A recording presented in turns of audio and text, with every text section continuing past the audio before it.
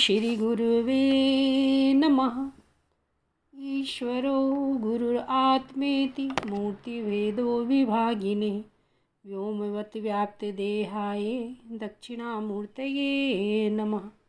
ॐ पूर्णमदः पूर्णमिदं पूर्णात् पूर्णम् उदच्यते पूर्णस्य पूर्णम् आदाय पूर्णमेव अवशिष्यते।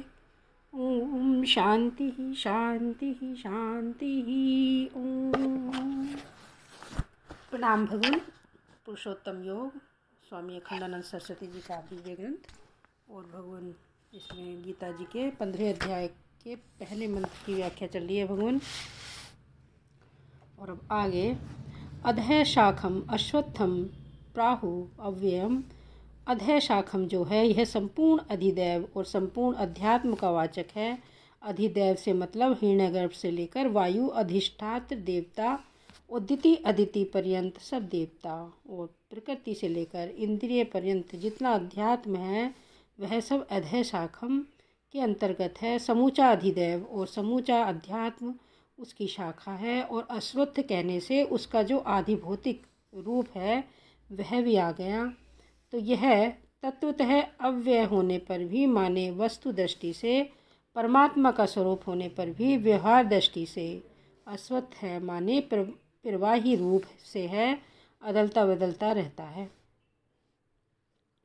छंदासी यस्य पर्णानि, इस वृक्ष में अगर हरियाली कोई है, छाया में आराम लेने लायक कोई जगह है, आश्रय लेने लायक कोई जगह है, तो जो स्तुतियों का मंत्र है वही इसके पत्ते हैं, इसकी हरियाली है। और वह हरियाली जब तक बनी हुई है तब तक एक बात का प्रमाण है, आप देखना उसमें बहुत बड़ी वस्तु निहित है। इस वृक्ष का तो मूल है ऊर्ध्व, वहाँ से रस इस वृक्ष में आ रहा है कि नहीं, परमात्मा के रस का संचार इस वृक्ष सृष्टि में हो रहा है कि नहीं, पेड़ की जड़ में से रस ग्रहण होता है वह पेड़ में आ रहा है कि नहीं, इसका प्रमाण क्या है, उसके पत्ते की हरियाली प्रमाण है। अगर पत्ते सूख गए तो पेड़ सूख गया, मूल के साथ उसका संबंध विच्छिन्न हो गया।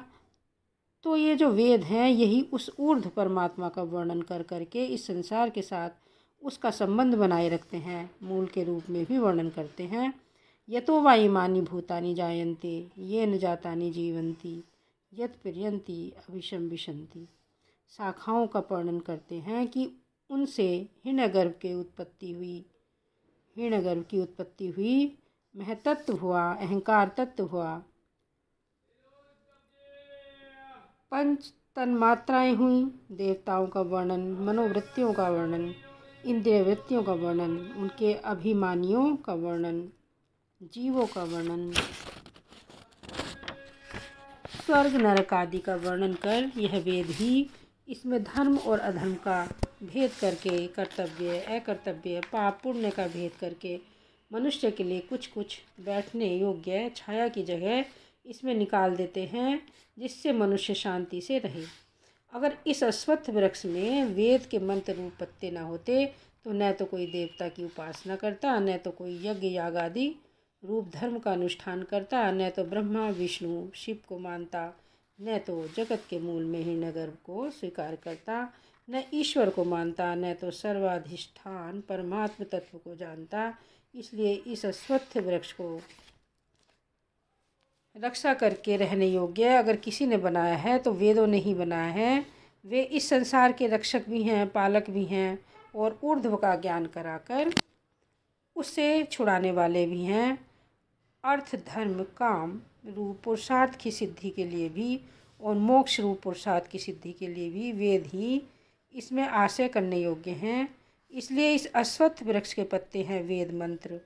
और जैसे पीपल के पत्ते जरा सी हवा लगने पर फड़फड़ाने लगते हैं और उनमें एक एक नस नाड़ी